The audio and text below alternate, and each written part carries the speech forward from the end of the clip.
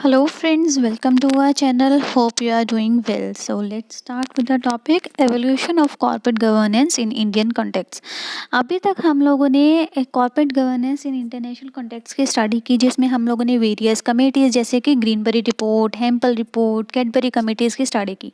अब हम पढ़ेंगे कि corporate governance in Indian context various code of conducts क्या आए थे, कौन सी कमेटीज़ को अपॉइंट किया गया था। So let's start. जब हमारा 1990s के अराउंड तक कॉर्पोरेट गवर्नेंस की कोई ज़्यादा बात नहीं की जाती थी, ज़्यादा ध्यान नहीं दिया जाता था इक्वालिटीज़ के ऊपर, रिस्पॉन्सिबिलिटीज़ के ऊपर, ट्रांसपेरेंसी के लिए और स्टेक होल्डर्स के राइट्स के बारे में कोई ज़्यादा ध्यान नहीं दिया जाता था, जिसकी वजह से हमारी ऑर्गेनाइजेशन की परफॉर्मेंस पुअर होने लगी। डिस्क्लोजर प्रैक्टिसेस प्रॉपर नहीं होती थी, ट्रांसपेरेंसी नहीं मेंटेन थी, स्टॉक मार्केट के प्राइसेस की पुअर परफॉर्मेंस होने लगी, जिसकी वजह से वेरियस रिफॉर्म्स को अडॉप्ट करने की डिमांड होने लगी। और फर्दर हमारे पास जब फाइनेंशियल क्राइसिस अराइज हो रहे थे 1991 के अराउंड, तो आईएमएफ ने भी हमारी गवर्नमेंट को रिकमेंड किया कि हमें रिक्वायरमेंट है कि हम लोग वेरियस रिफॉर्म्स को अडॉप्ट करें ताकि इकोनॉमिक स्टेबलाइजेशन हो सके। तो वेरियस मेजर्स लिए गए थे, जैसे कि हमारे पास शेयर होल्डर्स को स्ट्रेंथन करना, structure of board of directors कैसा होना चाहिए, तो इन सब के लिए काफ़ी मेजर्स अडॉप्ट किए गए थे।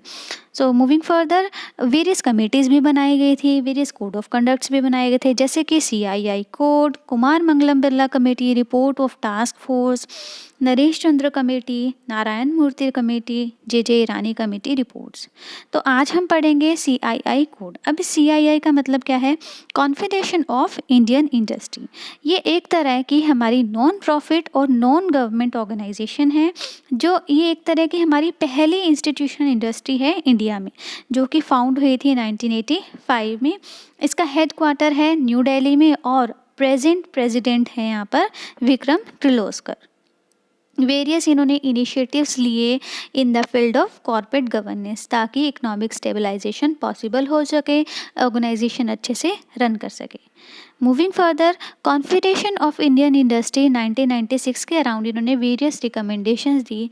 इस सीआईआई इंडस्ट्रीज़ को सेटअप करने के लिए वेरियस ऑब्जेक्टिव्स थे, जैसे कि वो इन्वेस्टर्स के इंटरेस्ट को प्रोटेक्ट कर सके, ट्रांसपेरेंसी मेंटेन कर सके, वेरियस इंटरनेशनल स्टैंडर्ड्स को अप्लाई कर सके अपनी ऑर्गेनाइजेशन के अंदर, और पब्लिक का कॉन्फिडेंस डेवलप कर सके, ताकि वो ज़्यादा से ज़्यादा इस चीज़ में बिलीव करे और हेल्पफुल हो ऑर्गेनाइजेशन को रन करने के लिए।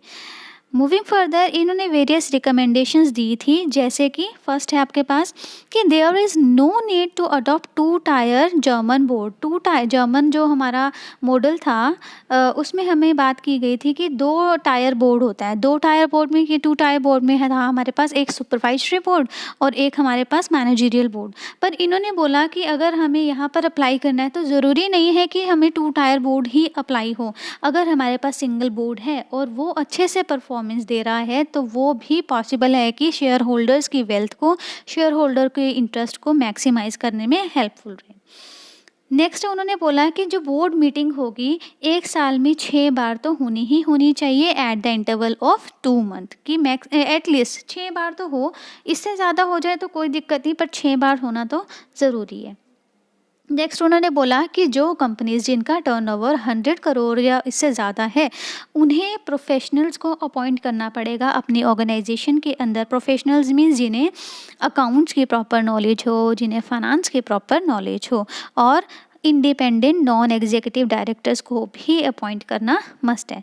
अब इंडिपेंडेंट नॉन एग्जीक्यूटिव डायरेक्टर्स कैसे रहेंगे? At least 30% of the board, अगर हमारा chairman of the company is a non executive director, अगर मेरी कंपनी का जो चेयरमैन है वो ही अगर मेरा नॉन एग्जीक्यूटिव डायरेक्टर में के मेंबर हैं, तो एट लीस्ट हमें बोर्ड मेंबर्स के 30% हमारे नॉन एग्जीक्यूटिव डायरेक्टर्स होने चाहिए। और उन्होंने बोला कि अगर हमारे चेयरमैन और मैनेजिंग डायरेक्टर एक ही पर्सन है जो चेयरमैन का रोल भी प्ले कर रहा है और एमडी का रोल भी प्ले कर रहा है, तो हमें बोर्ड के एटलीस्ट 50% मेंबर को नॉन एग्जीक्यूटिव डायरेक्टर्स में अपॉइंट करना ही करना पड़ेगा। मूविंग फर्दर, उन्होंने बोला कि एक पर्सन सिर्फ 10 लिस्टेड कंपनी में ही as a role of director play कर सकता है। क्लियरली डिफाइंड रिस्पॉन्सिबिलिटी होनी चाहिए और मोस्टली मेंबर्स को अच्छे से प्रोफेशनल नॉलेज होनी चाहिए और वो स्पेशलाइज्ड होने चाहिए अपनी ही फील्ड में। नेक्स्ट है, अगर हम लोग अपने प्रोफेशनल्स को अपॉइंट कर रहे हैं, नॉन एग्जीक्यूटिव डायरेक्टर्स को अपॉइंट कर रहे हैं, उनकी नॉलेज को यूज़ कर रहे हैं, तो उनको मोटिवेट करने के लिए, उनकी एफिशिएंसी और इंक्रीज़ करने के लिए उन्हें वेरियस रिवॉर्ड्स जैसे कि commission, rewards, stock option plans देने चाहिए ताकि वो और मोटिवेट हो और एफिशिएंटली काम करें हमारी ऑर्गेनाइजेशन के लिए। क्योंकि अगर वो ज़्यादा मोटिवेट होंगे, ज़्यादा अच्छे से उन्हें पता है कि अगर मैं काम कर रहा हूँ तो मुझे रिवॉर्ड मिल रहा है, तो वो और एफिशिएंटली काम करेंगे, जिससे हमारी ऑर्गेनाइजेशन की एफिशिएंसी भी डेवलप होगी।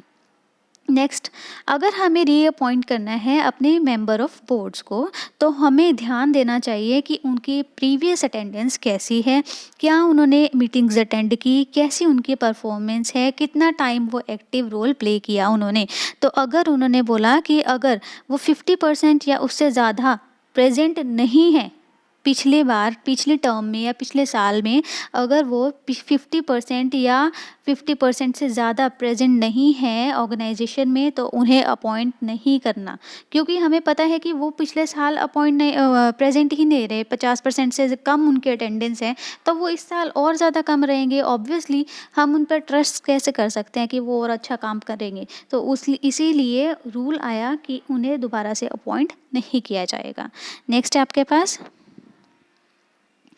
7 पॉइंट, की इन्फॉर्मेशन जो हमें बोर्ड्स को देना मस्ट है, जैसे कि वेरियस बजट्स के बारे में कि कैपिटल का बजट क्या है, ओवरहेड बजट क्या है, कितना रिक्वायरमेंट है एक साल में हमें, और फाइनेंशियल टर्म्स के बारे में कि अगर हम लोगों ने किसी से पैसा लिया हुआ है, कितनी हमें पेमेंट ऑफ इंटरेस्ट करनी है, कितनी हमारे पास आनी है, कितनी हमारी आउटस्टैंडिंग है, फॉरेन एक्सचेंज कितनी रिक्वायर्ड है और कितना हमारे पास प्रेजेंट है, कंपनी के रिगार्डिंग डिटेल्स की इन केस अगर मर्जर होना है, जॉइंट वेंचर्स के बारे में, और ह्यूमन रिसोर्स कैपिटल के बारे में। ह्यूमन रिसोर्स में जैसे कि हमारी रिक्रूटमेंट क्या होनी है, हम उनको किस बेसिस पे सैलरी प्रोवाइड कर रहे हैं, रेमनरेशन प्रोवाइड कर रहे हैं, और अगर हमारी लेबर कोई प्रॉब्लम फेस कर रही है उसके बारे में भी डिटेल हमें बोर्ड मेंबर्स को प्रोवाइड करनी है। तो ये 4 पॉइंट्स है, इन 4 पॉइंट्स के बारे में तो मस्ट है कि अपने बोर्ड मेंबर्स को हम लोग डिटेल्स प्रोवाइड करें।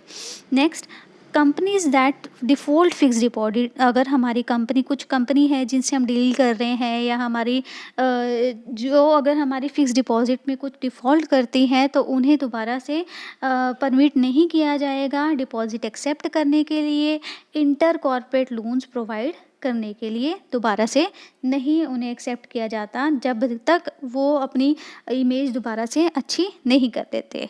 Moving further, additional share holders information, हमारे जो दूसरी और इन्फॉर्मेशन है, जैसे कि हमारे पास लो और हाईली मंथली एवरेज क्या अर्न कर रहे हैं, कितना एक साल में हम लोग ऑलमोस्ट अर्न कर लेते हैं, 10% ऑफ टर्नओवर के बारे में डिटेल्स, और लास्ट है आपके पास मेजर इंडियन स्टॉक एक्सचेंज को इंसिस्ट किया गया कि वो इशू कर सके सर्टिफिकेट जो कि साइन होगा CEO और CFO के द्वारा।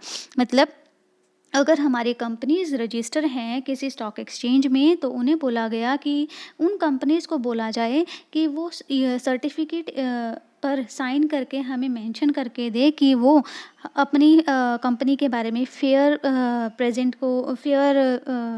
डिटेल्स प्रोवाइड करेंगे, ट्रांसपेरेंसी मेंटेन करके रखेंगे, फाइनेंशियल स्टेटमेंट के बारे में प्रॉपरली डिटेल्स देंगे, विंडो ड्रेसिंग नहीं करेंगे, और इंटरनल कंट्रोल भी प्रॉपरली मेंटेन रखेंगे, वेरियस ऑडिट कमेटीज़ बनाएंगे, ऑडिटिंग अच्छे से होगी, मतलब ट्रांसपेरेंसी मेंटेन करेंगे, फुली फाइनेंशियल डिस्क्लोजर करेंगे।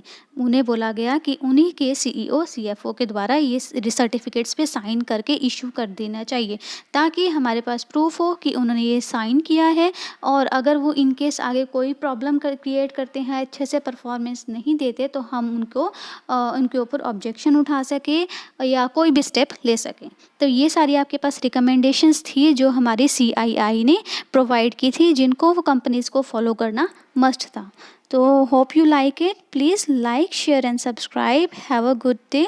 Thank you.